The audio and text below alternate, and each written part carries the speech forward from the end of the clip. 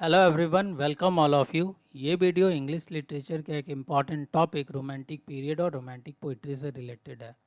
In this video I have discussed introduction, features, romantic poet, romantic poetry and notes regarding romantic period and romantic poetry. The romantic period, इस slide में हम लोग romantic period के span of time को देखेंगे, यानी duration of time को देखेंगे कि रोमांटिक पीरियड कब शुरू हुआ और कब खत्म हुआ। सो इसके बिगनिंग में अलग अलग हिस्टोरियन का अलग अलग ओपिनियन है। कुछ मानते हैं कि इसका जो बिगनिंग है वो 1760 में हुआ इंडस्ट्रियल रिवॉल्यूशन के साथ। वहीं कुछ का मानना है कि ये 1785 में शुरू हुआ with the ending of the new classical as. वहीं कुछ का मानना है कि 1789 में जो फ्रेंच रिवॉल्यूशन हुआ वहाँ से रोमांटिक पीरियड का शुरुआत हुआ। लेकिन जो जिस पे सबसे ज़्यादा हिस्टोरियन बिलीव करते हैं या जिसको स्टार्टिंग पॉइंट मानते हैं वो 1798 का, जब लिरिकल बैलेट पब्लिश हुआ। लिरिकल बैलेट एक कोलैबोरेटेड वर्क है वर्ड्सवर्थ और कॉलरिज का, जिसमें टोटल 23 पोएम्स है, जिसमें 19 वर्ड्सवर्थ के हैं और जो 4 पोएम है वो कॉलरिज के हैं। तो ये लिरिकल बैलेट एक न्यू टाइप ऑफ पोइट्री था और ये इसी कारण से यहाँ जो रोमांटिक एरा है उसका बिगिनिंग माना जाता है। ये लैंडमार्क है रोमांटिक पीरियड का।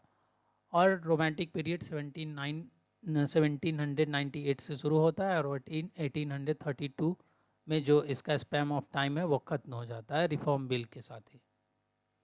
अभी हम लोग देखेंगे origin of the word romantic. Romantic जो वर्ड है उसके ओरिजिन के बारे में। In the middle age romantic was a Latin name for the language of learning और वर्नाकुलर लैंग्वेज। तो मिडिल एज में जो रोमांटिक वर्ड है वो लैटिन नाम था, जो भी लर्निंग का लैंग्वेज था उसके लिए, या फिर जो वर्नाकुलर लैंग्वेज था उसके लिए रोमांटिक यूज़ किया जाता था। Later fanciful and highly imaginary books were called romantic as well as popular books was also called romantic. बाद में जो भी फैंसीफुल और हाईली इमेजिनरी बुक्स वगैरह आए या फिर जो पॉपुलर बुक हुए उनको रोमांटिक कहा गया। In the 18th century in Germany, Germany में 18th सेंचुरी में रोमांटिक का मतलब जेंटल और मेलनकॉली से था। In the renaissance period in England, और इंग्लैंड में जो रेनासा पीरियड हुआ उसमें वैसे प्लेस को क्लासिकल कहा गया जो कि एरिस्टोटल के पोएटिक्स को फॉलो किए, लेकिन वो प्लेस जो एरिस्टोटल के पोएटिक्स को फॉलो नहीं किए वो सारे रोमांटिक कहलाए। अभी हम लोग इस स्लाइड में देखेंगे difference between classic and romantic. So classic who followed Aristotle poetics like Ben Jonson, ancient and pagan is called classic, while poetry of Homer and foreground poetry is also called classic. So foreground here means clear and detail and proper order. तो वैसे place वैसे poetry जिसमें clear detail और proper order होते हैं वही classic कहलाते हैं। वही romantic who did not follow Aristotle poetics, जो एरिस्टोटल के पोइटिक्स को फॉलो नहीं करते हैं वो सारे रोमांटिक कहलाएंगे। लाइक विलियम शेक्सपियर, या things pertaining Christianity will be called romantic, poetry of Job और Christianity. Backgrounds, poetry will also called romantic poetry, like जिस पोइट्री में आपको हिंट, सजेशन और सिम्बॉल्स मिलेंगे वो सारे रोमांटिक पोइट्री कहलाएंगे। प्रिकर्सर्स ऑफ रोमांटिक पोइट्री, अभी हम लोग इस स्लाइड में देखेंगे कि हु वेर द एंसेस्टर या प्रीडिसेसर्स ऑफ रोमांटिक पोइट्री। उसमें यहाँ कुछ मेजर राइटर्स हैं जिनके नाम यहाँ लिखे गए हैं, लाइक थॉमस ग्रे। इनका ये work elegy in written in the country churchyard जो 1751 में आई, काफ़ी फेमस वर्क है और अब इसमें बहुत सारे नेचुरल एलिमेंट्स को देख सकते हैं। वहीं जो दूसरे राइटर वो थॉमस पर्सी, जिनका ये वर्क काफ़ी पॉपुलर हुआ, reliques of the ancient English poetry जो 1765 में आया। नेक्स्ट जो प्रिकर्सर्स है उनका नाम है ओलिवर गोल्ड स्मिथ, और इनका ये वर्क डिजर्टेड विलेज जो 1770 में आया, काफ़ी फेमस है। वही विलियम कूपर को भी प्रिकर्सर्स ऑफ रोमांटिक पोइट्री के रूप में जाना जाता है, जिनका famous work only him published हुआ 1779 में।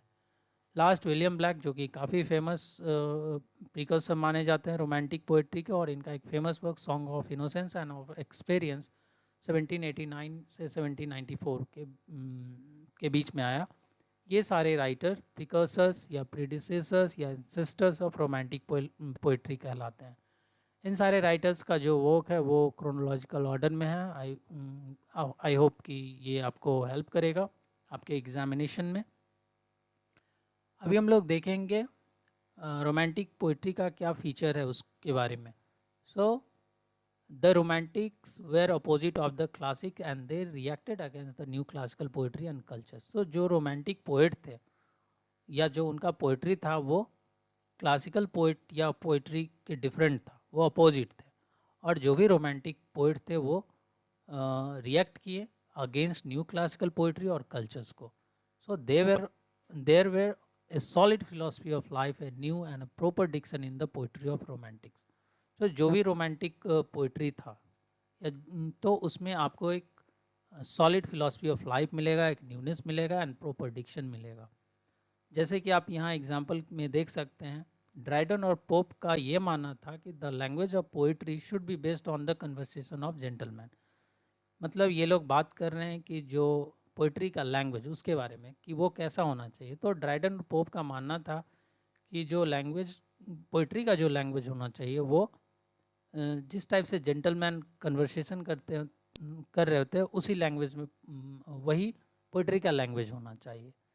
लाइक जो रॉयल फैमिलीज बात कर रहे हैं या एरिस्टोक्रेटिक लोग बात कर रहे हैं जो जिस लैंग्वेज में, वैसे ही पोइट्री का लैंग्वेज होना चाहिए. लेकिन वही वर्ड्सवर्थ जो कि एक रोमांटिक पोइट थे, उनका ये मानना था कि the language of poetry should be based on the conversation of peasant. तो इनका ये मानना था कि नहीं, जो पोइट्री का लैंग्वेज होना चाहिए वो कॉमन लोगों को रिप्रेजेंट करना चाहिए. जिस भाषा में जो कॉमन लोग बातचीत कर रहे हैं वो पोइट्री का लैंग्वेज होना चाहिए, ताकि जो कॉमन लोग हैं वो भी पोइट्री को एंजॉय कर सके. नेक्स्ट जो फीचर है रोमांटिक पोइट्री का है वो है इंडस्ट्रियल रिवॉल्यूशन.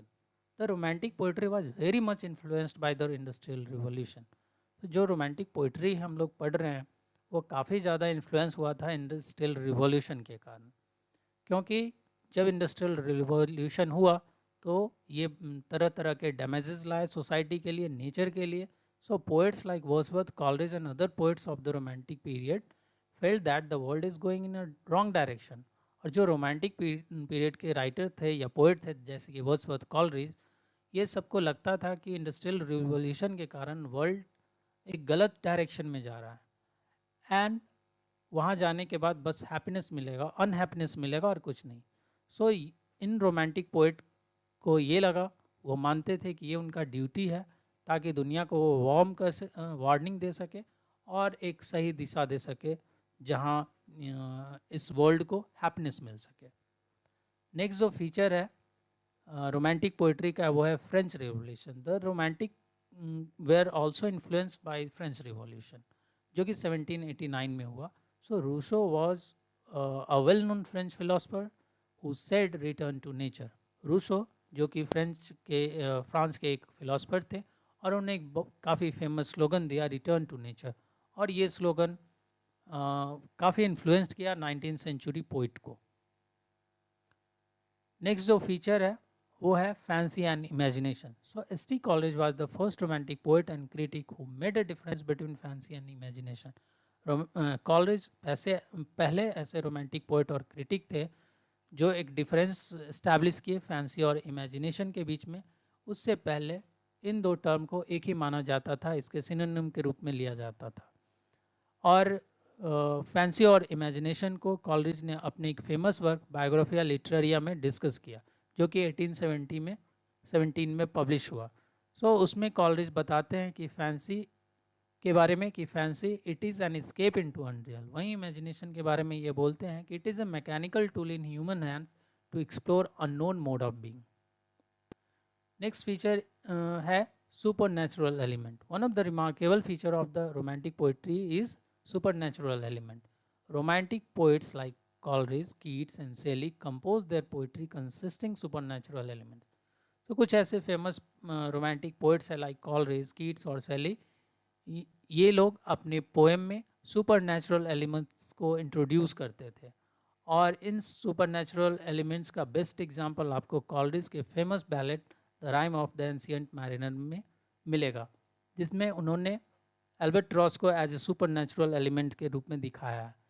यहाँ आप जो स्टेंजा देख रहे हैं वो कॉलरिज के the Rime of the Ancient Mariner से लिखा गया है, जिसमें वो कहते हैं कि at first it seems a little speck and then it seems a mist, it moved and took at last a certain shape I wished. The two generation of romantic poets. यहाँ पे जो स्लाइड आप देख रहे हैं इसमें दो table है, फर्स्ट जनरेशन और सेकंड जनरेशन। इन दोनों जनरेशन में और भी राइटर्स पोइट्स आते हैं, लेकिन जो मेजर है उसमें विलियम वर्ड्सवर्थ आते हैं, सैमुअल टेलर कॉलरिज और वाल्टर स्कॉट। वही सेकंड जनरेशन में Lord Byron, Percy Bysshe Shelley and John Keats आते हैं। इस स्लाइड में आप हर एक पोइट्स और राइटर्स के जो मेजर वर्क है उसको भी आप देख सकते हैं, like Wordsworth the Prelude, Coleridge the Rime of the Ancient monument, Walter Scott Marmion, Lord Baron John Dwan, Sally Ode to the West Wind, John Keats The Eve of St. Agnes. Thank you all of you. I hope it will certainly help you in your preparation of exam.